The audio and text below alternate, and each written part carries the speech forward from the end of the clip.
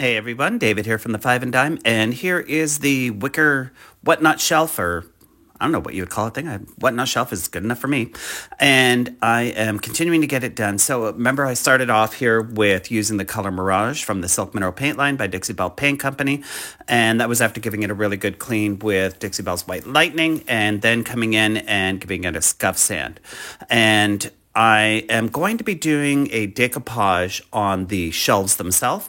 So in order to make sure that I have a good surface for my papers to show up on, I need to paint it white. Now, I'm going to tell you now that this was a little bit finicky and tricky because of the shelves and everything in order to get the white down without messing up the green.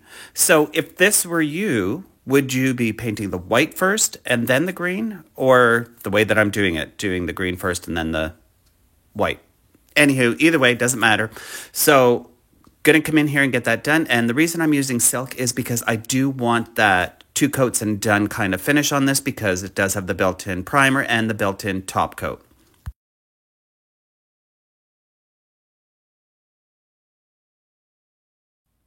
I let that dry for a couple of hours, and because the shelves themselves are going to be covered with a decoupage paper by Posh Chalk Interiors, I decided that I'm only going to do 1 coat, which I'm quite happy with.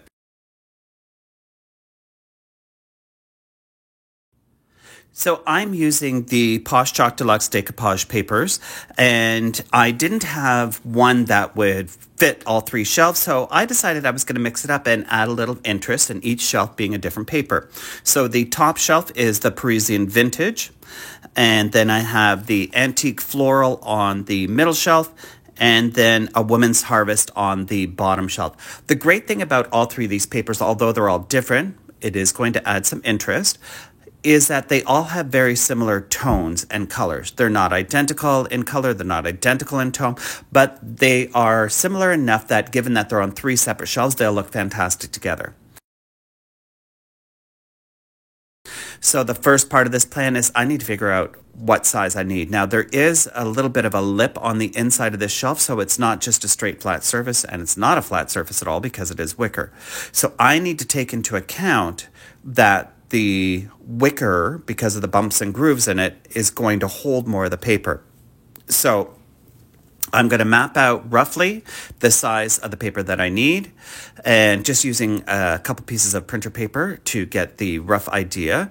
And then what I'll do is I'll trim it just a little bit larger so that I have some excess so I don't end up with any gaps at the end. Because again, just keeping in mind that although the paper is going to stretch, I need to make sure with all the bumps and grooves that it needs to work itself in and out of, that it is going to fit on the piece.